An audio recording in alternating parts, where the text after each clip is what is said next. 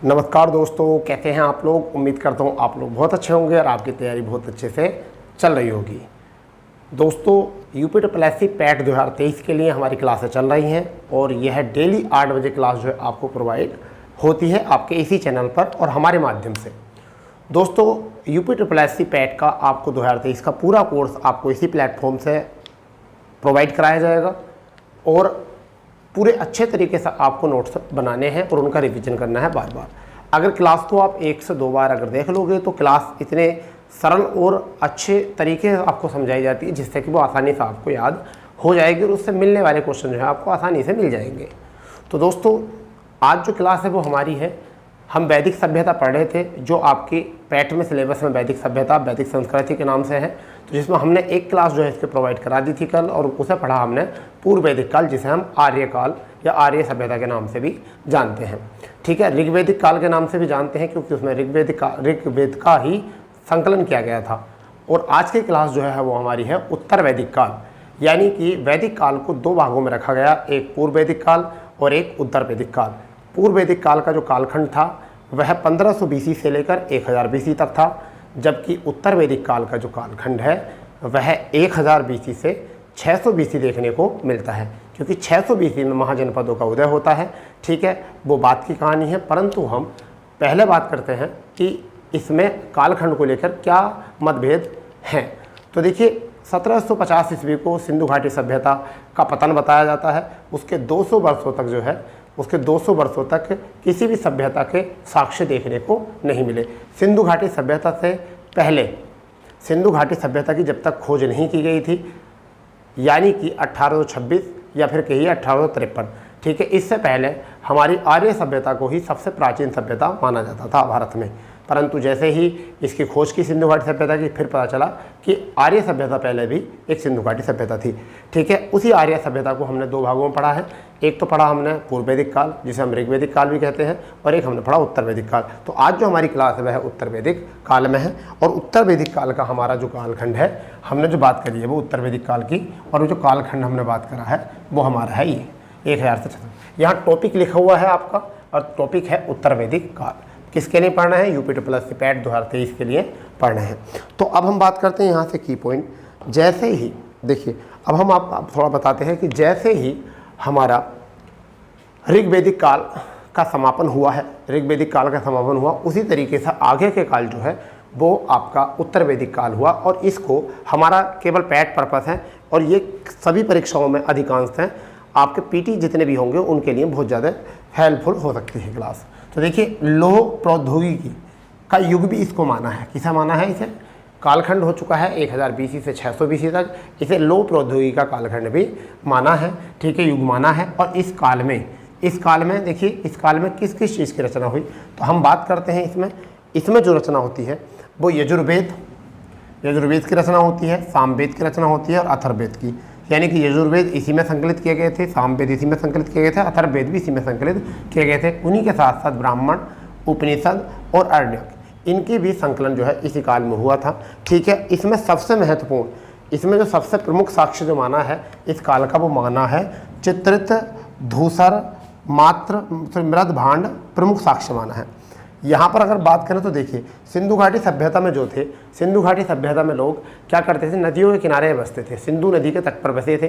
ठीक है, पुरानी सभ्यता जितनी भी थी वो नदियों के निकट बसती थी, परंतु उनको एहसास होने लगा था कि नदियों के किनारे बसकर जब भी थोड़ी सी बरसात बढ़ती है तो जल का स्तर बढ़ जाता है और उससे सभ्यता या उसके आसपास बसे नगरों शहरों में जो है बाढ़ आने का खतरा रहता है। इसी के चलते जो है नदियों के किनारे से हटकर यह अधिक दूरी पर जाके बसने लगे थे, जैसे कि आज के समय में सभ्यता बसती है। ठीक है, आजकल जो है लोग नदियों के किनारे नहीं बसते हैं। पहले नदियों के किनारे बसने का एक कारण हुआ करता था, वह कारण ये हुआ करता था कि उनको जल और भोज्य पदार्थ वहाँ से आसानी से जो है मिल जाया करते थे। ठीक है, क्योंकि उस समय पर जो लोग थे वो शाकाहारी और मांसाहारी दोनों ही प्रकार के उस सभ्यता में लोग वास करते थे। ठीक है, और भोजन ही उनको जो है जंगल नदी से ही प्राप्त हुआ करता था। ठीक है दोस्तों, तो बातों को समझ पा रहे होंगे कि नदियों के किनारे से हटकर वो कहाँ पर अधिक दूरी पर जाकर बसने लगे। ये तो बात हुई हमारी। एक बार और समझेंगे, इसका कालखंड आपका आ सकता है 1000 BC से 600 BC तक, और लौह प्रौद्योगिकी का युग इसको माना है। इस काल में यजुर्वेद, सामवेद, अथर्ववेद, ब्राह्मण ग्रंथ, उपनिषद और आरण्यक, इनका संकलन किया गया था। और चित्र, धूसर, मृद भांड यहाँ के प्रमुख साक्ष्य थे। नदियों के किनारों से हटकर ये अधिक दूरी पर रहने लगे थे, ये आपको पता चल चुका है क्यों रहे हैं। ठीक है, अगर हम बात करते हैं इसके विस्तार, इसका हम विस्तार की अगर हम बात करें तो उत्तर में जम्मू कश्मीर और दक्षिण में विंध्य पर्वत तक फैला हुआ था। ठीक है, पश्चिम में पूर्व जनपद यानी दिल्ली तक, और पूर्व में जो है ये गंडक नदी तक फैला हुआ था। इसी वाले क्षेत्र को जो हम कहते हैं वो कहते हैं उत्तर वैदिक काल। ठीक है भाई, क्या कहते हैं हम इसको? उत्तर वैदिक काल कहते हैं। अब ये तो हो गया हमारा सामान्य परिचय। हम किसी भी चीज़ को पढ़ते हैं, सामान्य परिचय पढ़ते हैं उसका, उसके साथ साथ हम पढ़ते हैं सामाजिक जीवन, फिर पढ़ते हैं राजनीतिक जीवन, फिर पढ़ते हैं आर्थिक जीवन, फिर पढ़ते हैं धार्मिक जीवन। यही हमारा क्रम है। फिर उसके बाद जो भी बचे हुए हमारे नोट पॉइंट होते हैं उन पर हम कवर करते हैं। इससे हमारा कोई भी टॉपिक जो है बहुत आसानी से जो है कंप्लीट हो जाता है। ठीक है, चलिए तो आगे देखते हैं क्या है। आगे हम बात करते हैं सामाजिक जीवन की तरफ बात करते हैं। ठीक है, सामाजिक जीवन में अगर हम थोड़ी सी बात करें तो देखिए सामाजिक जीवन में एक बात है कि यहाँ वर्ण व्यवस्था को जो है कठोर माना गया। यानी कि इससे पहले जो वर्ण व्यवस्था थी वो कर्म के आधार पर थी। यानी कि पूर्व वैदिक काल में, ऋग्वैदिक काल में जो थी वो व्यवस्था कैसी थी? वर्ण व्यवस्था वो कर्म के आधार पर थी कि जैसे व्यक्ति कर्म करेगा उसे उसी वर्ण में जो है रहना होगा। जैसे कोई बढ़ई है, अगर वो बढ़ई का काम करता है तो उसे बढ़ई बना दिया जाएगा। यानी ऐसा मान कि कोई अगर व्यापार करना चाहता है, अगर कोई ब्राह्मण भी है और वो व्यापार करना चाहता है तो उसे वैश्य वर्ण में माना जाता था। ठीक है, अगर कोई ब्राह्मण है, ठीक है, और अगर वह तलवार अच्छी चलानी जानता है और धनुर्ज्ञान उसको बहुत ज़्यादा है और क्षत्रिय जैसा उसका मत है तो उसे क्षत्रिय कुल में, क्षत्रिय वर्ण में ही माना जाता था। तो ये तो था कर्म के अनुसार। परंतु यहाँ वर्ण व्यवस्था थोड़ी कठोर हुई और वर्ण व्यवस्था कठोर होने के बाद में क्या माना गया? जन्म के आधार पर जो है वर्ण व्यवस्था को माना गया। ठीक है बेटा, तो ये क्या हुआ? वर्ण व्यवस्था किसके आधार पर? जन्म के आधार पर वर्ण व्यवस्था मानी गई। अगर बात करें 4 वर्णों की तो 4 वर्णों में क्या है? अगर वर्ण व्यवस्था की बात करें तो एक होता है ब्राह्मण, दूसरा होता है क्षत्रिय, तीसरा होता है वैश्य और चौथा होता है शूद्र। जबकि इससे पहले हम पूर्व वैदिक काल में पढ़ चुके हैं कि पूर्व वैदिक काल में एक विराट पुरुष, किसकी बात? एक विराट पुरुष की जो है यहाँ बात की गई थी कि ये वर्ण व्यवस्था जो थी वो विराट पुरुष का उल्लेख मिलता है। यानी कि विराट पुरुष के सिर से ब्राह्मणों का उद्भव हुआ, कंधों से जो है क्षत्रियों का उद्भव हुआ, जांघों से माना गया किसको?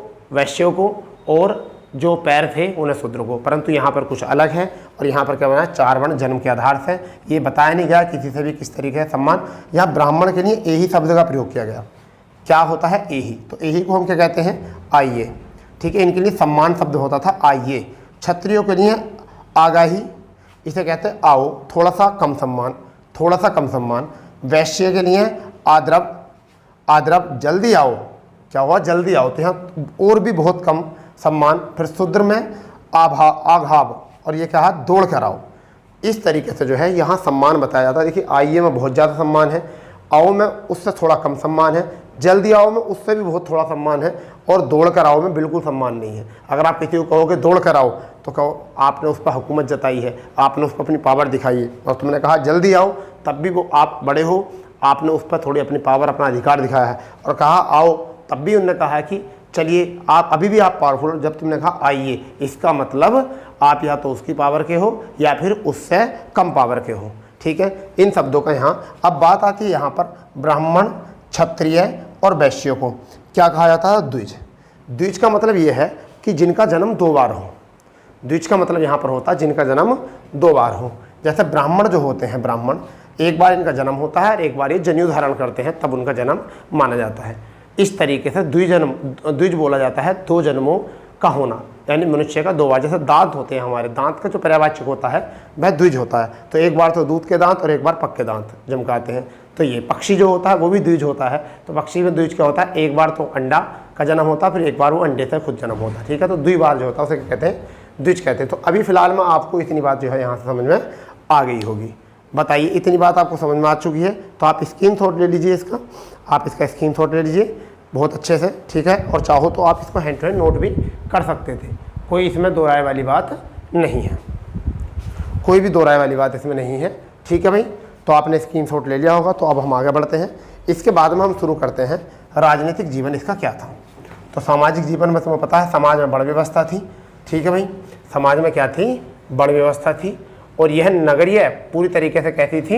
ये नगरीय सभ्यता थी पूरी तरीके से। क्या थी? नगरीय सभ्यता थी। ठीक है, चलो कोई बात नहीं। अब हम बात जो करेंगे वो हम बात करने वाले हैं, अब हम बात करने वाले हैं भैया राजनीतिक जीवन। किसकी बात करने वाले हैं? राजनीतिक जीवन। राजनीतिक जीवन की हम जो है यहाँ बात करने वाले हैं। राजनीतिक जीवन की हम यहाँ पर बात करने वाले हैं। इतना हम थोड़ा सा इंक डाल लेते हैं इसमें, आप घबराओ नहीं बिल्कुल भी। अब देखिए क्या होता था, इससे पहले जो हम पूर्व वैदिक काल पढ़ रहे थे तो उसमें सबसे बड़ा जो इकाई होती थी वो जन होता था। क्या होती थी? सबसे बड़ी इकाई जन होती थी। सबसे छोटी इकाई जो होती थी वहाँ पर सबसे छोटी इकाई जो होती थी कुल होती थी। ठीक है, तो कुल कहते थे उस लोगों को जो एक ही छत के नीचे रहते थे, संयुक्त परिवार की व्यवस्था थी ना वहाँ पर। तो अब देखिए यहाँ पर कुछ की पॉइंट हम बना लेते हैं। यहाँ सबसे पहला पॉइंट क्या है कि जन का आकार बढ़ गया। जन का आकार बढ़ गया। ठीक है, अब ये क्या बन गया? जनपद बन गया। जैसे क्या बन गया? जनपद बन गए, यानी कि बढ़कर क्या बन गए? वो जनपद। क्या बन गए? जनपद। यानी कि जो जन थे उसका आकार बढ़कर क्या बन गया? जनपद। फॉर एग्जाम्पल में अगर हम बात करें यहाँ पर तो एक तो भरत जन था और दूसरा आपका पुरुजन था। कौन सा था? पुरुजन। और बाद में बना क्या बना? ये कुरु जनपद बना। क्या बना? कुरु जनपद। तो अब आप ये बताइए कि इस तरीके से आपको समझना है, जन का आकार बढ़ गया और जनपद हो गया और भरत और पुरु जैसे मिलकर जो है कुरु जनपद यहाँ से बन गए हैं। ठीक है, एक बात और थोड़ी सी, जब राजनीतिक जीवन बात कर रहे हैं तो राजा का महत्व एवं शक्ति बढ़ गई। एकदम शक्ति क्या हो गई? बढ़ गई। ठीक है, अब ऐसा क्यों हुआ? जब देखिए इसमें ये नगरीयकरण होने लगा था।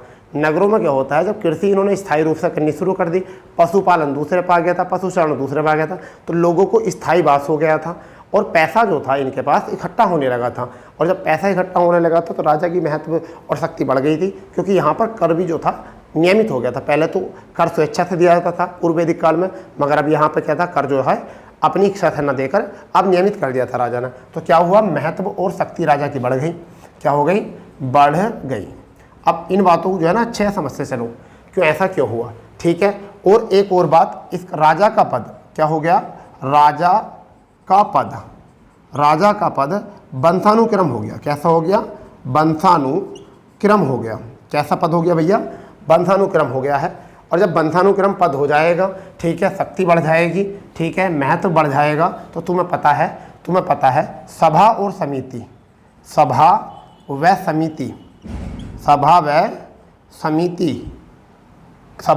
समिति का महत्व क्या हो गया था? कम हो गया था। क्या हो गया था? महत्व कम हो गया था। देखिए क्या होता, समझिए।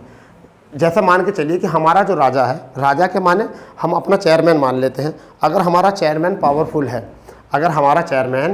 पावरफुल है, तो जो मेंबर होते हैं वह उनकी पावर नहीं चलती है। जो कैबिनेट होता है उसकी ज़्यादा नहीं चलती है। ठीक है, उसकी पावर कम होती है।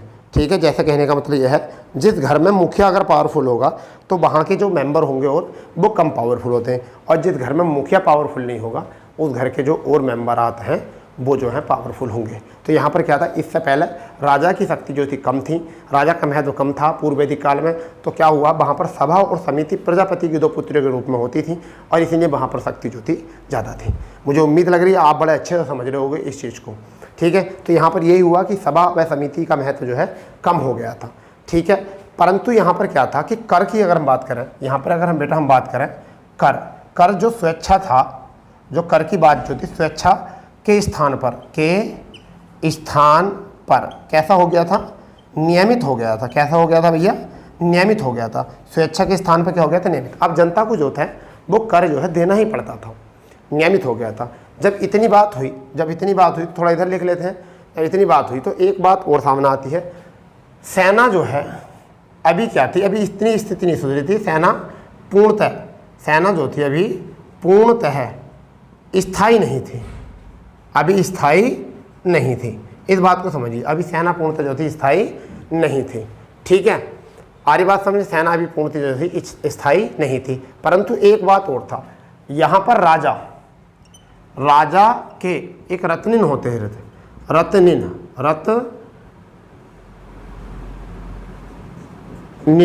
जिन्हें हम कहते थे मंत्री।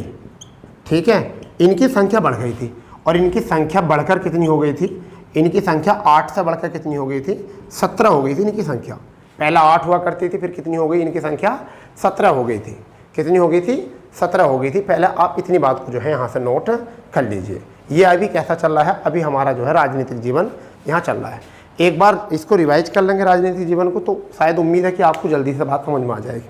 क्या था? जन का आकार बढ़ गया था और जनपद बन गया था। और एग्जाम्पल के तौर पर भरत जनपद, भरत जन और पुरु जन दोनों मिलकर क्या बन गए थे? कुरु जनपद बन गए थे बेटा। ठीक है।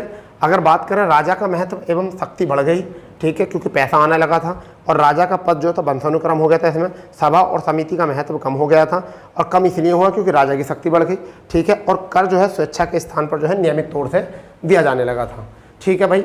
अब बात करते हैं सेना। सेना पूर्णतः जो है स्थायी नहीं थी। सेना पूर्णतः जो थी वो स्थायी नहीं थी। अभी भी इतना पैसा नहीं था कि यहाँ पर सेना ऐसे। परंतु एक बात ये अच्छा रत्न नहीं बोला जाएगा, जो मंत्री होते थे इनकी संख्या बढ़कर जो हो चुकी है वो कितनी हो गई?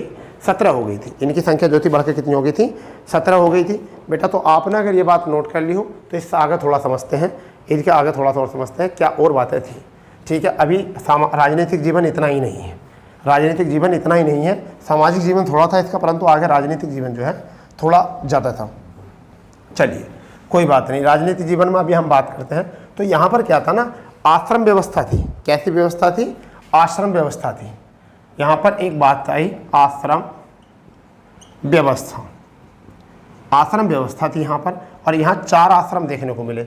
एक तो देखने को मिला ब्रह्मचार्य, ब्रह्मचार्य आश्रम, ब्रह्मचार्य आश्रम। दूसरा देखने को जो मिला वो मिला आपको गृहस्थ, गृहस्थ आश्रम, गृहस्थ आश्रम देखने को मिला। तीसरे की अगर हम यहाँ बात करें तो वानप्रस्थ, वानप्रस्थ आश्रम देखने को मिला। ठीक है। चौथे की अगर हम यहाँ से बात करें तो संन्यास, संन्यास आश्रम, संन्यास आश्रम, ये देखने को जो है हाँ मिले 4 आश्रम। ठीक है। अब ब्रह्म आश्रम क्या होते थे? ये कितने कितने के होते थे? तो यहाँ पर बताया गया, यहाँ बताया गया कि 0 से 25 वर्ष की आयु तक का तो होता था ये, और 25 से या 26 से 50 वर्ष की आयु तक जो होता था तो वो यह होता था। ठीक है। अगर हम बात करें 51 वर्ष से लेकर 75 वर्ष तक की आयु तक होता था यह। ठीक है। और संन्यास आश्रम जो होता था वो 76 से लेकर 100 वर्ष या अधिक, या अधिक। ठीक है। इतना होता था, 100 या अधिक होता था। ठीक है भाई। अब ब्रह्मचार्य आश्रम में क्या होता था? ब्रह्मचार्य आश्रम में होता था शिक्षा, शिक्षा ज्ञान। ठीक है। शिक्षा ज्ञान। ठीक है। और अपने मतलब अस्त्र शस्त्र, अस्त्र और शस्त्र ज्ञान, यहाँ से वाली बातें जो होती थी वो किससे होती थी? ब्रह्मचार्य से। गृहस्थ आश्रम से जो होता था वो क्या होती थी? घर गृहस्थी, यानी कि संतान पैदा करना, संतान पैदा करना और घर परिवार देखना, घर परिवार देखना, परिवार देखना।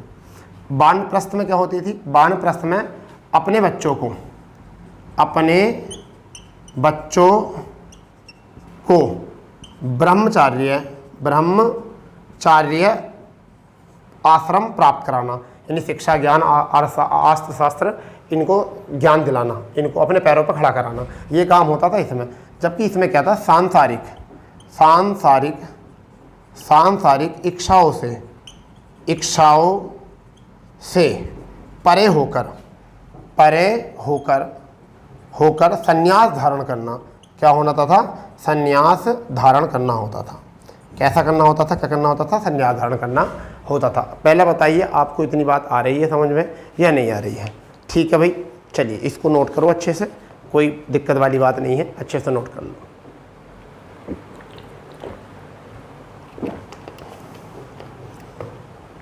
ठीक है भाई। क्या हुआ? आश्रम व्यवस्था में ब्रह्मचार्य आश्रम हुआ करता था, गृहस्थ आश्रम होता था, वानप्रस्थ आश्रम होता था, संन्यास आश्रम। तो इसमें क्या था? 0 से 25 जिसमें शिक्षा ज्ञान अस्त्र, जैसे कि लोग अपनी शिक्षा प्राप्त करते हैं, जीवन यापन करते हैं। अभी युवावस्था वाला जो होता था ये होता था। गृहस्थ आश्रम जो होता था संतान पैदा करना, घर परिवार, घर गृहस्थी देखना होता था। वानप्रस्थ में होता था अपने बच्चों को ब्रह्मचार्य कराना। ठीक है। और संन्यास आश्रम में होता था कि 76 से 100 वर्ष या इससे अधिक वाली आयु वाले जो होते थे। ठीक है। इसी में थोड़ा सा आगे बताएं तो इसी में क्या था कि स्त्रियों की स्थिति जो थी, स्त्रियों की स्थिति थोड़ी गिर गई थी। क्या हो गई थी? निम्न हो गई थी। निम्न कैसे हो गई थी अगर हम बात करें तो, क्योंकि ये राजनीतिक जीवन है और कौन सा है आपको यही पता होना चाहिए। क्या है ये?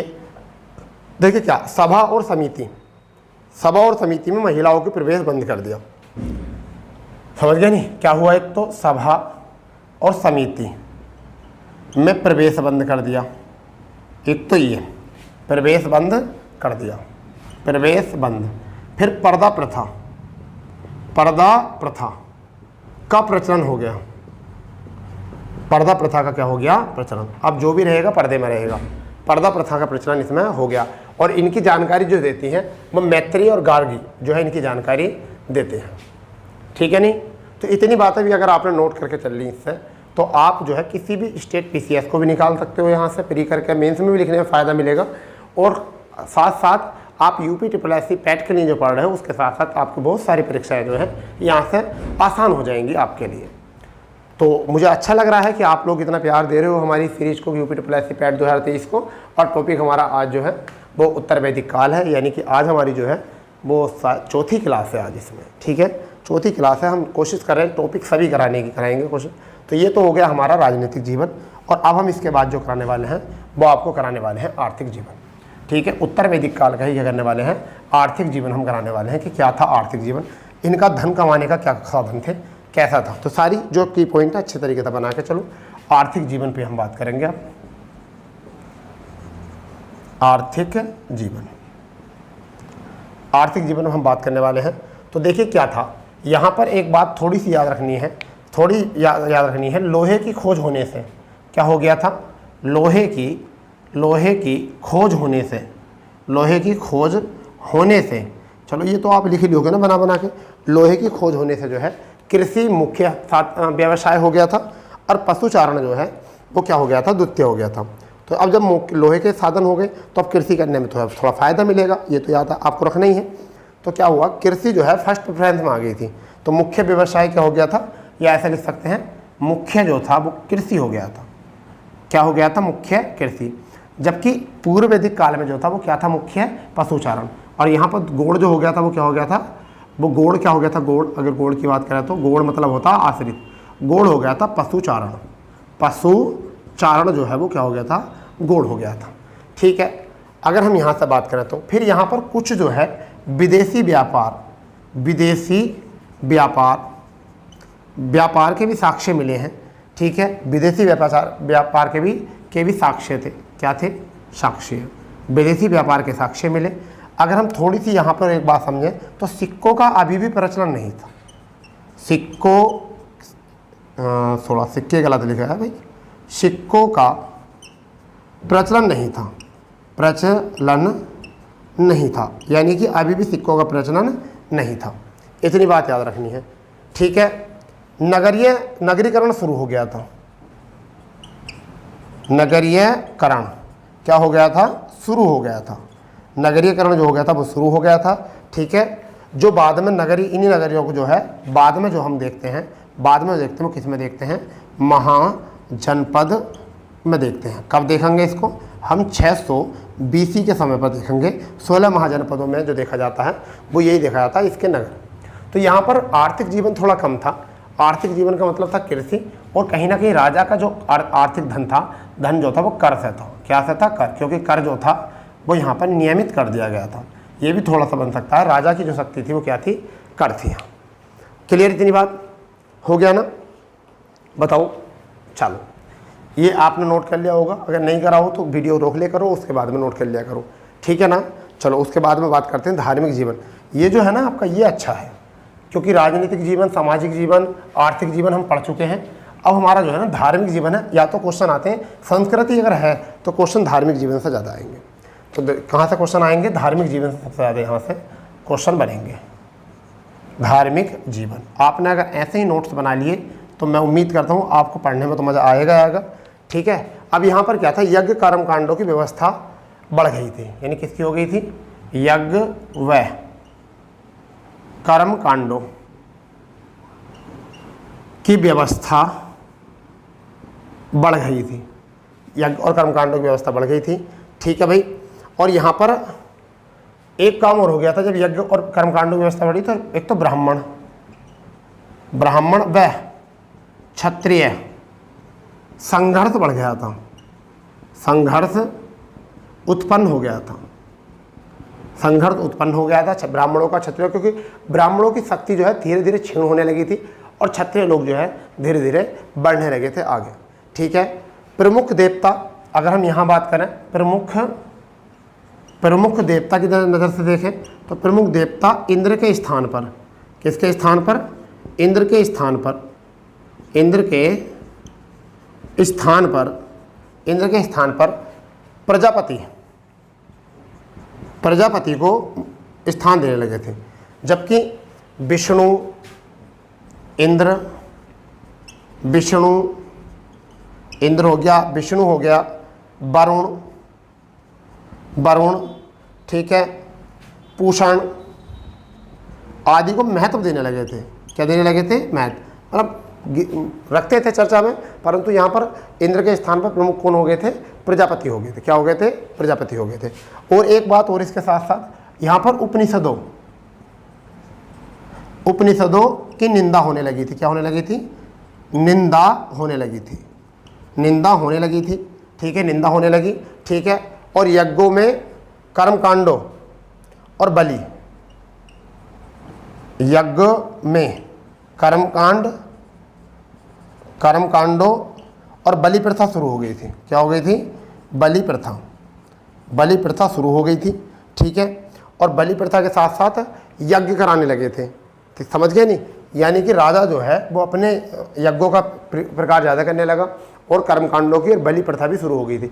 देखिए, कहीं ना कहीं यहाँ से एक वो जगह थी जहाँ से कुछ लोग जो है बलि, यज्ञ, कर्मकांड इन सब चीज़ों से क्षीण होकर जो है वो अलग होकर कहीं जंगलों में बात करने लगे थे और उन्हें एक ज़रूरत थी कि कोई एक ऐसा व्यक्ति आए जो हमें यहाँ से जागरूक करे। तो कहीं ना कहीं यहाँ से एक ऐसा है, वही बाद में चल के जो है बौद्ध धर्म को अपनाते हैं लोग जो यहाँ से अलग हुए थे, क्योंकि सभी लोग जो है बलि, यज्ञ, पज्ञ इन चीज़ों से जो है हत्या, इन जो चीज़ों से दूर रहना चाहते थे। तो इसी समाज से जो वो लोग थे जो बाद में बौद्ध धर्म अपनाते हैं, वो यहाँ से अलग हुए थे इसी प्रथा को देख कर राजा की।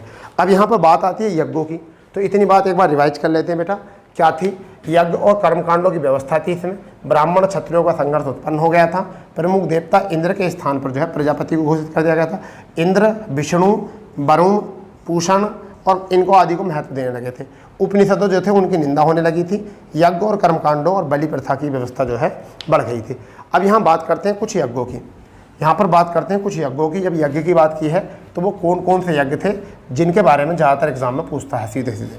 तो हम यहाँ पर बात करते हैं, एक यज्ञ होता अश्वमेध यज्ञ। एक यज्ञ होता हमारा अश्वमेध यज्ञ। कौन सा होता है? अश्वमेध यज्ञ एक यज्ञ होता है। दूसरा यज्ञ जो होता है वह होता है राजसूर यज्ञ। राजसूर यज्ञ होता है। तीसरे की अगर हम बात करें तो वाजपेयी यज्ञ हो गया है। चौथे की अगर हम यहाँ बात करें तो अग्निष्टो यज्ञ हो चुका है। अग्निष्टो यज्ञ हो चुका है। फिर यहाँ पर एक यज्ञ हो रहा है आपका सोमत्री। कौन सा है? सोमणि यज्ञ हो गया है। एक है पुरुषमेव यज्ञ। कौन सा हो चुका है? पुरुषमेव यज्ञ।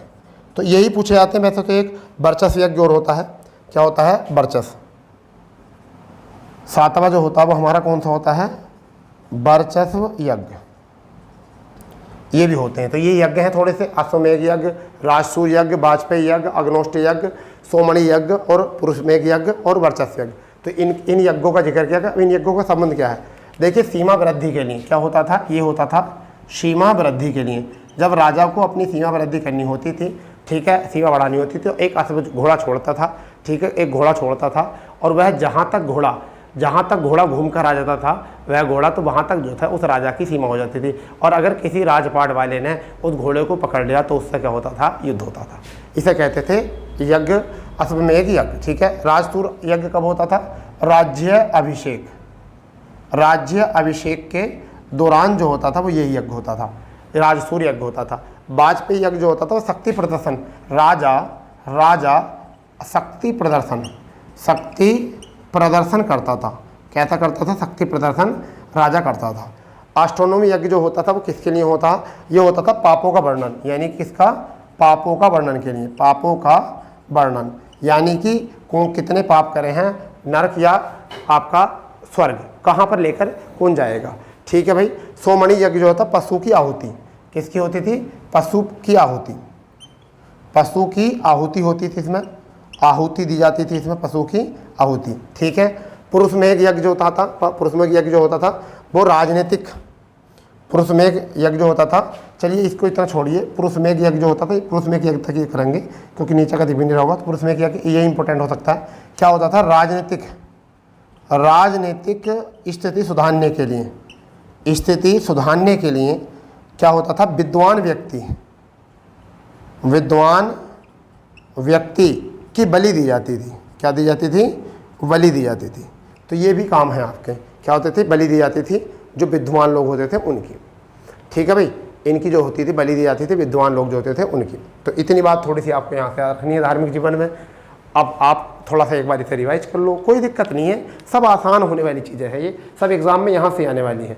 की पॉइंट आएगा वाजपेयी यज्ञ का संबंध किससे होता? तो राजा अपनी शक्ति प्रदर्शन करने के लिए वाजपेयी यज्ञ का प्रयोग करता था। एग्जाम में क्वेश्चन आएगा अपनी सीमा विस्तार के लिए राजा जो है किस प्रकार का यज्ञ करता था, तो अश्वमेघ यज्ञ आ जाएगा। ठीक है। राज्य अभिषेक के लिए कौन सा यज्ञ होता था? राजसूय यज्ञ होता था। बस वगैरह वगैरह ऐसी कुछ बात आएंगी इसमें। धार्मिक जीवन में एक तो ये यज्ञों की बात है, फिर यहाँ पर कुछ विवाहों की बात है। जबकि क्या है, इससे पहले अगर हम बात करें तो आपकी पूर्व वैदिक काल में जैसे 2 विवाह थे। पूर्व वैदिक काल में हमने 2 विवाहों की चर्चा बताई है, एक तो अनुलोम विवाह और एक प्रतिलोम विवाह। एक तो अनुलोम विवाह और एक प्रतिलोम विवाह। जबकि यहाँ पर कुल कितने विवाहों का जिक्र था? यहाँ पर विवाहों की बात करें तो कितने विवाहों की जिक्र था? 8 विवाहों का था, जिसमें से 8 विवाहों में 4 तो थे प्रशंसनीय,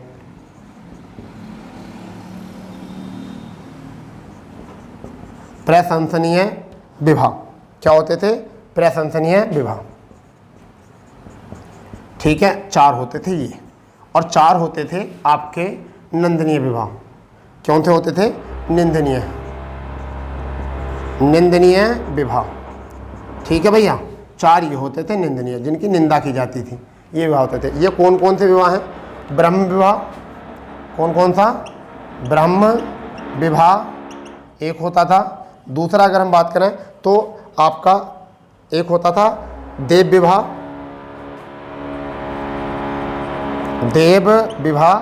एक होता था अर्थ विवाह।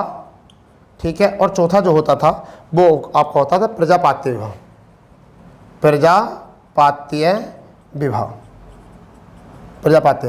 तो क्या होता है? ब्रह्म विवाह, देव विवाह, अर्थ विवाह, और ठीक है आपका, और इसके बाद जो आपका होता है वो आपका होता था प्रजापत्य विवाह।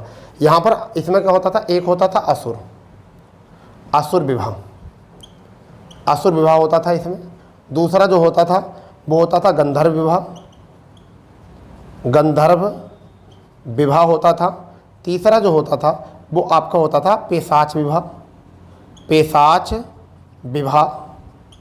ठीक है। और चौथे नंबर पर जो होता था वो होता था राक्षस विवाह।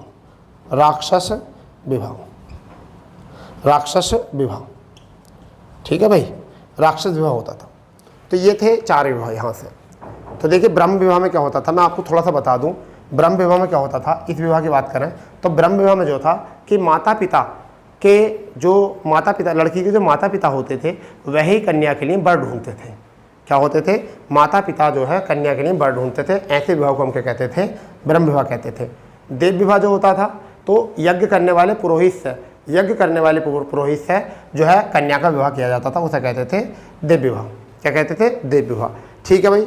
अगर हम बात करें अर्थ विवाह की जो बात करें तो कन्या के पिता को 2 गायों के बदले जो है कन्या का विवाह करना होता था। ठीक है। क्या होता था? 2 गायों के बदले कन्या का विवाह करना होता था। प्रजापात्य विवाह की बात करें, अगर प्रजापात्य विवाह की बात करें तो यहाँ पर क्या होता था कि कन्या मांग कर, यानी कि कोई भी वर जो है कन्या का हाथ जो है मांग लेता था उसके पिताजी से। ठीक है कि मुझे आपकी लड़की से शादी करनी है, इस तरीके। तो ब्रह्म विवाह में क्या हो गया है? ब्रह्म विवाह में हो चुका है कि पेरेंट्स जो है वो लड़की के लिए खुद वर ढूंढेंगे। देव विवाह में जो भी यज्ञ करने वाला पुरोहित होता था उससे कन्या का विवाह किया जाता था।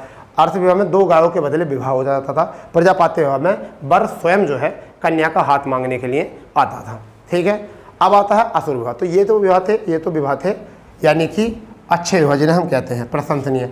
अब बात आती है यहाँ पर शक्ति कपूर, जॉनी लीवर, ठीक है, प्रेस रावण, ऐसे विवाहों की। असुर विवाह क्या था? असुर विवाह ये होता था धन के बदले। यहाँ पर क्या होता था? धन के बदले विवाह होता था यहाँ। ठीक है, गंधर्व विवाह जो है वो उसे कहते हैं प्रेम विवाह, यानी कि बसीभूत करके, बसीभूत यानी कि प्रेम में बसीभूत करने के बाद में, जिसे आज के टाइम में लव मैरिज का नाम दे दिया गया है, तो वो क्या हो गया? गंधर्व विवाह हो गया। पेशाच विवाह जो होता है वो क्या होता है? वो सोई हुई स्त्री के साथ विवाह करना या फिर उसको नशीली दवा करके नशा देकर विवाह करना। राक्षस विवाह का मतलब होता है बलपूर्वक। क्या होता है? बलपूर्वक विवाह करना। क्या होता था? बलपूर्वक विवाह करना होता था। तो एक बार इनको भी रिवाइज करेंगे। असुर विवाह धन के बदले विवाह, ठीक है। गंधर्व विवाह बसीभूत विवाह, जिसे कहते हैं प्रेम में बसीभूत। सोई हुई स्त्री के साथ विवाह पिशाच विवाह होता था, ठीक है। और बलपूर्वक विवाह करने को हम क्या कहते थे? राक्षस विवाह कहते थे। तो ये अभी थोड़ी सी बात आ चुकी है। अब ये हो चुका है आपका धार्मिक जीवन भी हो चुका है, आर्थिक जीवन भी हो चुका है उत्तर वैदिक काल का, राजनीतिक जीवन भी हो चुका है, सामाजिक जीवन भी हो चुका है। अब यहाँ से कुछ आते हैं कुछ दर्शन और उनके प्रवर्तक, यानी कि इसी में ही कुछ दर्शन और कुछ प्रवर्तक थे और 16 श्रृंगारों का जिक्र किया गया था। तो ये 16 श्रृंगार लिखने की जरूरत नहीं, पैट जैसे एग्जाम में नहीं आएगा, तो आपको बस इतना लिखना नहीं है। अब आप यहाँ पर थोड़ा सा बात करेंगे एक चीज़ को लेकर। वो चीज़ क्या है कि हमारे जो है एक तरफ है दर्शन और दूसरी तरफ है प्रवर्तक। दर्शन और दूसरी तरफ जो थे वो थे प्रवर्तक, ठीक है भाई, दूसरी तरफ प्रवर्तक। तो एक तरफ अगर हम बात करें चार्वक, तो चार्वक दर्शन के जो हैं प्रवर्तक जो हैं वो क्या हैं? चार्वक दर्शन के प्रवर्तक जो हैं वो कौन है? चार्वक ही हैं, ठीक है। दूसरे की हम बात करें योग, योग के जो हैं वो कौन है? पतंजलि। तीसरे की अगर हम बात करें तो ज्ञान, ये तो सबको पता है। न्याय का तो सबको पता ही होगा। न्याय का क्या है? न्याय का है गौतम। न्याय दर्शन का क्या है? गौतम। न्याय दर्शन का कौन है? गौतम, ठीक है भैया, गौतम, यहाँ से याद रखना है। तो चार्वक दर्शन के हो गए चार्वक, ठीक है, और योग के हो गए पतंजलि, ठीक है। अब आपका एक आता है सांख्य दर्शन। सांख्य दर्शन के कपिल मुनि। सांख्य दर्शन के क्या होते हैं? सांख्य दर्शन के कौन से होते हैं? कपिल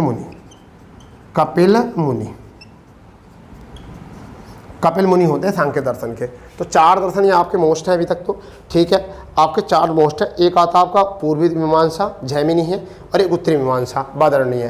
तो एक तो आता आपका पूर्वी मीमांसा, पूर्वी मीमांसा में कौन है? जैमिनी, ठीक है। और एक आपका आता है उत्तरी मीमांसा,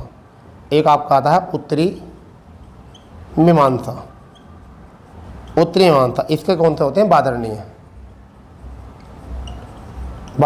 तो ये होते हैं, ये कुछ प्रवर्तक हैं, इन्हें भी याद रख लेना आप, और इनके जो हैं प्रवर्तक और दर्शन हैं, ठीक है दोस्तों। तो आपका उत्तर वैदिक काल जो है यहाँ से लगभग हमने कोशिश करी है पूरा तरीके से कवर कराने की, और यही आपके लिए जो है बहुत सफिशिएंट है। बहुत आसानी से, बहुत आसान भाषा में जो है हमने आपको बातें बताई हैं, ठीक है। तो कल मिलते हैं नए सेशन के साथ। तो आज जो हमारी है ये 4थी क्लास हो चुकी है, ठीक है। जो भी सिलेबस है बिल्कुल उसी सिलेबस के अनुसार जो है हम काम कर रहे हैं। देखिए इसमें हमारा जो सिलेबस है, सिलेबस मेरे पास है। सिंधु घाटी सभ्यता हो चुकी है, वैदिक सभ्यता कंप्लीट हो चुकी है। कल हमारा बौद्ध धर्म रहेगा, बौद्ध धर्म में गौतम बुद्ध जी रहेंगे हमारे साथ, ठीक है। फिर जैन धर्म रहेगा, महावीर स्वामी रहेंगे, ठीक है। फिर मौर्य वंश में अशोक सम्राट रहेंगे। तो जो इसके टॉपिक है उन्हीं पर हम बात करने वाले, अदरवाइज कुछ नहीं करने वाले, ठीक है भाई। तो मिलते हैं कल अपने नए सेशन के साथ। जय हिंद, जय भारत, वंदे मातरम।